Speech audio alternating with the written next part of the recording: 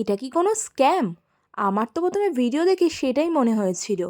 তারপরে যখন এই দোকানে গেলাম দেখি সত্যিই তাই, ভিডিওতে যা দেখেছি এখানে এত কম কম দামে সমস্ত কসমেটিক্স পাওয়া যাচ্ছে যেটা আমরা কত দাম দিয়ে দোকান থেকে কিনি।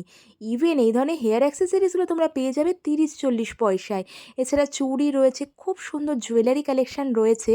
সামনেই তো সরস্বতী পুজো, বিয়ে বাড়ি, যারা সুন্দর সুন্দর করে সাজবে ভাবছো, 50, 60, 70 টাকার মধ্যে এই ধরনের জুয়েলারি সেটগুলো তোমরা পেয়ে যাবে।